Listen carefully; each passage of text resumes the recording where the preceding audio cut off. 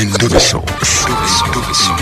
Kugenda mu mukaaga tifama ekintu ky'omuziki vuze tebankwatirayo.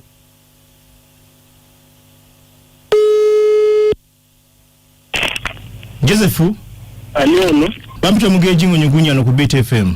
Ne yanze okunkubira ku nyugunya. Oyakuzuula. Njagala kuzuula amazima. Oyakuzuula ki? Omukazi oyo namufuna ali eyo mpigi. Omukazi ne tubeera wamu oluusi musindikira sente. Nga ngendayo naye omukazi andaga nti yatuuka n'afuna olubuto.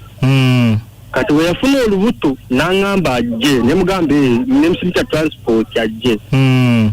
Nabeera yeebuzaabuza kati ndi mulwadde manya biki nja kujja kati bwe bwatuuka obudde nga ayagala sente oluusi nga sirina ngamba n'olubuto sikoze eki siruwo. Bw'obeera wa?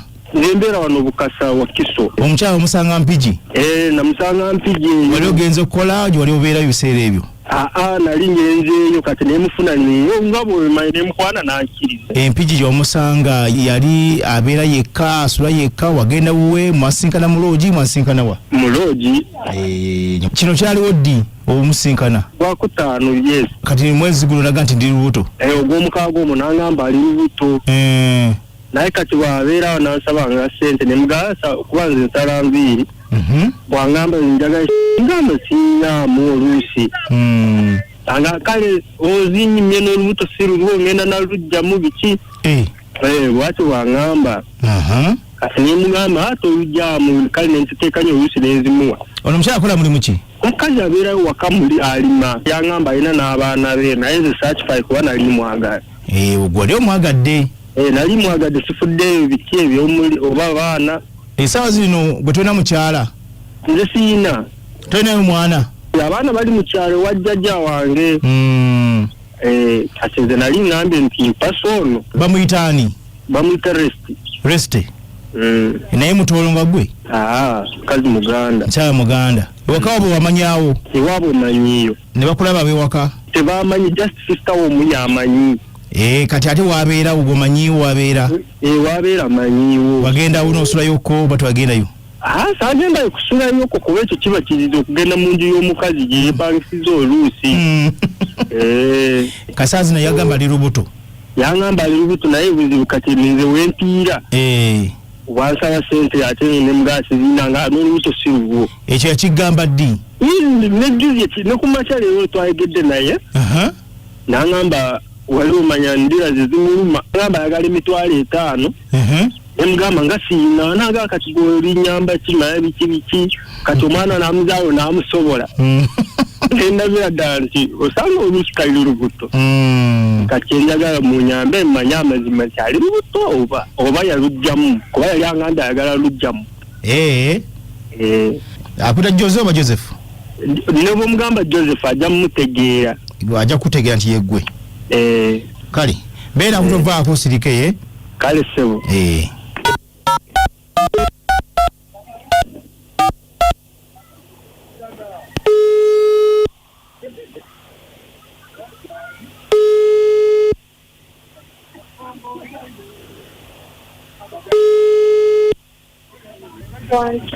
Mukyala Lesite wange gye baleko nnyabo.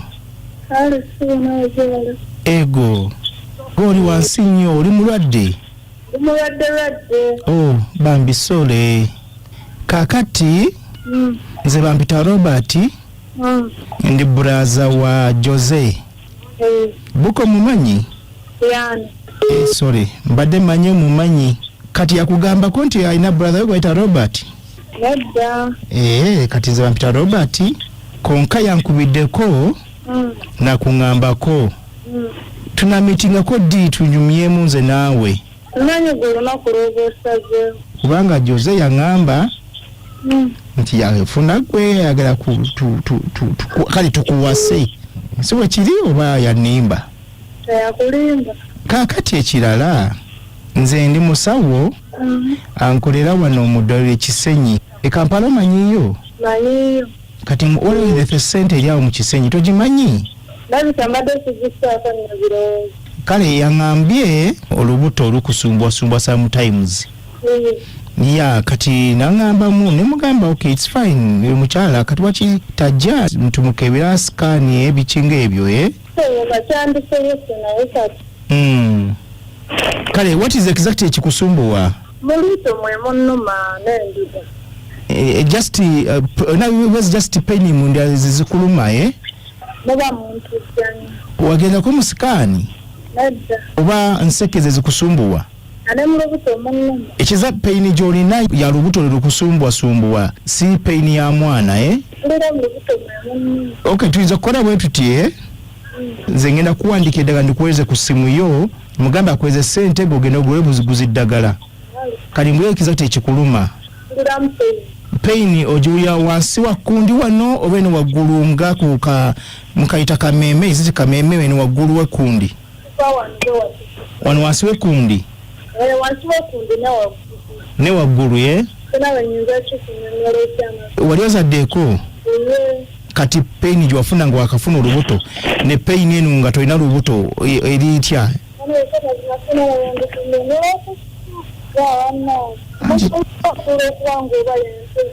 ekizibu toyagala kwogera nange simanyi nza kuyamba njagala okwogera naawe naye omuntu gwe waliwo nteze kati yendi mukootya tufune nagwenjogera naye simamanyiri nze bampita Robert ngenda kugamba Jose mujje buzimu embi kiri fine okay kale beera bulungi nkale bambi ego owa Jose omuwulidde muwulidde naye kituufu tali lubuto ntegedde amazima neyanza bantu itewangaale sente lwakiri nazeeringa kati wowe omuwa mwezi abujjanjabi sida mumuwa ate yanimba singa yangamba nti mulwadde ebyo nisobola omujjanjaba naye kati okunima nti ndi lubuto manya biki oya namanyi ate amanyi gangwedde muddala togwa mumanyi musajja gwegayiridde kale njagezaako ndabe igezaako Jose togwa mumanyi kasita ntegedde ekituufu kati nja mutwala mujjanjabisa ate naakola ntya nkale beera bulungi bambi neyanziza nkale bambi ekifuba kinnuma oba lwaki jingo obeerewo wangala sente zange oziwonyezza kanzije katonda amasimu gamwe ne WhatsApp mumuteeseeko mutya kaswenti buli kimuli mandedi sana kaswenti mwasuze bulungi sana omugenji ngonyugunya tuva mukuzuula mukuulidde omukyala kyabika ebimulumaluma mu lubuto byera si mwana ono si mwana amazima gennyini si mwana wewe musumba mu lubuto nenga si mwana kyalinga nizo kitegedde kale muteeseza mutya we muti onti waise Rebecca ngambi wati Dr. Jingo nemwe Dr. Jingo bali kuweereza naye bannanga abakazi n'obulimba tulagawa ndowooza omwana mulenzi otegedde amazima agategedde munange twaise tuweza tuyanzege onaliwa wali omwana singide no message kano nyingi noonya kati BTFM jagala kugoya kuzuula naye abasajja abamu ono amanyi okuyomba naye abasajja abamu oba kwagala kuzaala omukyala gwokwanye mu Meeyi mu Julayi nga atandika nti ndi lubuto nze era nzikiriza ebyo era nga nze nzikiriza ebyo ono Yasini kati gwabadde naye ekiro ky'olwaleero leero si lwa mukaaga omukyala nga wamanyi nti embeera zikyuse mu weeks 2 asobola okuga nti wali kitali kituufu kigendo Yasini tekiragisa kumala mwezi Yasini alina kumala mwaka okutegera nti ali lubuto wasitolo wengeye koja Jingo oyo omukazi anoonya ssente olusi lubuto baluyita kongo bagiyita nkongolo mugwanya William tokuba nnyo tokisussa nkwegayiridde njakuzuula abali yaba kuzuula nga muli bangi namwe muli mu mbeera eyo Fifi Munamasaka kyeka bemukola ebintu bino bangi ali ku layini mukadde wange Jingo ye taata weebale kweza gwanga amina abantu munnange obajje mu mutego Olanyini tangira nga bulijjo. Yesebu. Olaba abakyala baze bali akasente. Ago abereri. Ina akutegeera nti wa sentano nga azifuwa naye. Munange bitu wembale tugira nga tumututata musajja wuyo abuka bukanga janzi. Ala. Mukawani kumambule. Ye. Omwami yegendera mpola. Omukyala tabadde upeni bulungi. Bana mambule bakutumudde. Kajambo.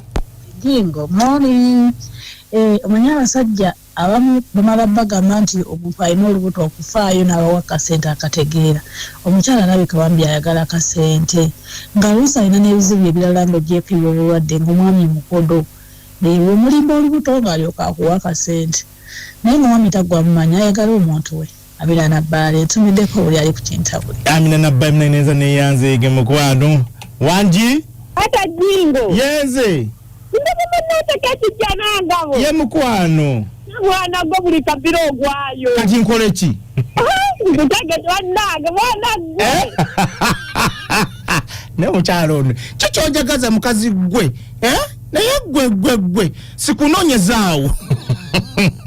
Koko nsambagala ku Beat Farmer ekintabuli ky'omuziki ekisinga nzenga mama ngezezaako daipa eza buli kika naye teri ekuuma baana bange nga bali clear nga Best Stacker Paris olw'engeri gye zikolebwamu okusobola okukamula amazzi zikuuma bulungi abaana bange nga bakalu emisana wonna okutuuka ekiseera ky'okwebaka. Best Stacker Paris zirina emibiri ebiri ekiyamba okuziyiza amazzi okuziyitamu ate bw'ogattako akasusu akaweweevaako okungulu kiyitirira anti kiyamba okukuuma obulungi olusu lw'omwana nga lukalu ate nga luweweevu. Best Stacker Paris zijjira mu sayizi ez'enjawulo omuli small, medium, large ne extra large ate ku bbeeyi ennungi.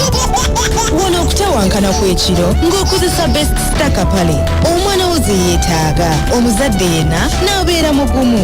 Kuba ku ssimu 0750 064 908. Best Stacker Paris. Happy baby, happy you.